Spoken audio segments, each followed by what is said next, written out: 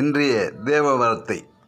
அப்பொழுது சமையற்காரன் ஒரு முன்னந்தொடையையும் அதனோடு இருந்ததையும் எடுத்து கொண்டு வந்து அதை சவுலுக்கு முன் வைத்தான்.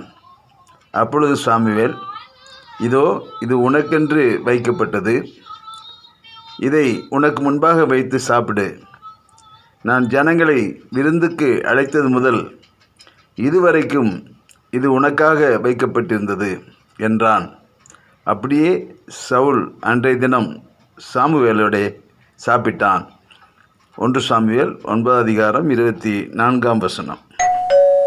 கர்த்தராகிய இயேசு கிறிஸ்துவை தெய்வமாக ஏற்றுக்கொண்ட உடனே தேவன் அவர்களுக்காக வைத்த மேன்மையான ஈவை, நன்மையான ஆசீர்வாதத்தை பெற்றுக்கொள்வதற்கு தேவனுடைய சித்தத்தை அறிய வேண்டும். அந்த சித்தத்தின்படியே நாம் நடக்க வேண்டும். அப்போதுதான் தேவன் நம்மை எதற்காக தெரிந்து கொண்டாரோ, எந்த நன்மைகளை, எந்த ஆசீர்வாதத்தை நமக்காக தேவன் ஆயத்தம் பண்ணி வைத்திருக்கிறாரோ அதை நாம் பெற்றுக்கொள்ள முடியும். நம்முடைய இலக்கை நாம் அடைய முடியும். இஸ்ரவேலின் ராஜாவாக சவுலை தெரிந்து கொண்ட தேவன் அவனை அபிஷேகிக்கும்படி தீர்க்கதரிசியாகிய சாமுவேலிடத்திலே கொண்டு வருகிறார். அதற்காக சவுலுடைய வாழ்க்கையிலே, அவன் வீட்டிலே ஒரு கழுதை காணாமல் போகிறது. சவுல் தனக்கு ராஜமேன்மை கிடைக்கும் என்று சொல்லி அவன் புறப்பட்டு வரவில்லை. ஆனால் கழுதையை தேடி அவன் புறப்பட்டு வந்தான். அவனை நடத்தினவர் தேவன். அவன் சாமுவேலை சந்தித்தான். சாமுவேல் சவுலை ராஜாவாக அபிஷேகம் பண்ணினார்.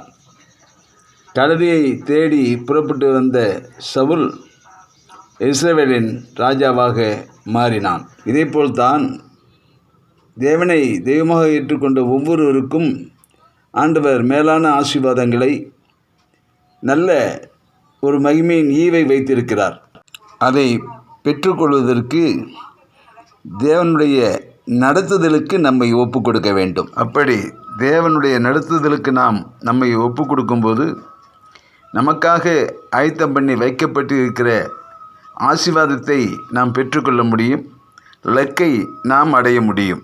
அப்படி ஒப்பு கொடுத்து நாம் தேவனை நோக்கி அவர் நியமித்த பாதையிலே ஓடும்போது, உலக மாயையிலே மயங்கி நம் பாதை தவறும்போது நமக்காக வைக்கப்பட்ட ஆசீர்வாதத்தை, இலக்கை வேறொருவன் பெற்றுக்கொள்ளக்கூடும். நமக்காக தேவன் வைத்திருக்கிற கிரீடத்தை வேறொருவனும் பெற்றுக்கொள்ளாதபடிக்கு நாம் எச்சரிக்கையாக இருந்து அவர் நடத்துதலுக்கு ஒப்பு கொடுத்து நாம் இயேசுவை நோக்கி ஓடும்போது ஆண்டவர் நம்மை ஆசீர்வதிப்பார், நம்மை மேன்மைப்படுத்துவார்.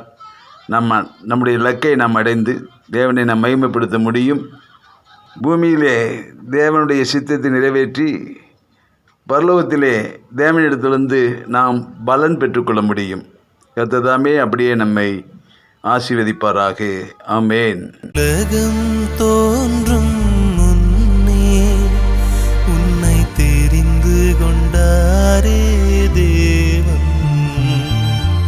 கருவினில் உருவாகும் முன்னே உன்னை பிரித்தெடுத்தாரே தேவன். கிறிஸ்து உனக்காய் அடிக்கப்பட்டார், உன் பாவங்களுக்காக நொறுக்கப்பட்டார்.